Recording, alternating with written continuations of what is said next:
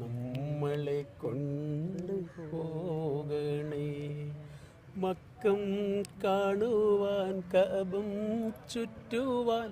പിന്നെ അങ്ങോട്ട് പോകുമ്പോൾ ഞാൻ പറഞ്ഞില്ലേ കണ്ടിട്ടേ ചെയ്യാം. അപ്പോൾ അങ്ങോട്ട് ആലോചിക്കുമ്പോൾ ഞാനൊരു ഉംറ ചെയ്ത ആളായത് കൊണ്ടായിരിക്കാം അങ്ങനെ തോന്നുന്നത്.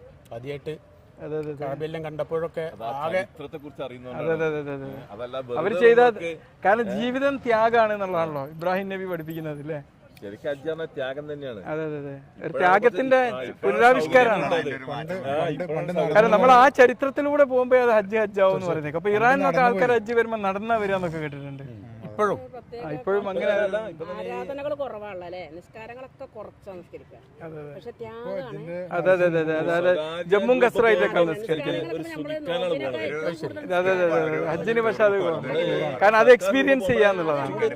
നമ്മളൊരു പഴയ പ്രവാചക ചരിത്രം ഓർപ്പിക്കുന്ന കാര്യമല്ലേ.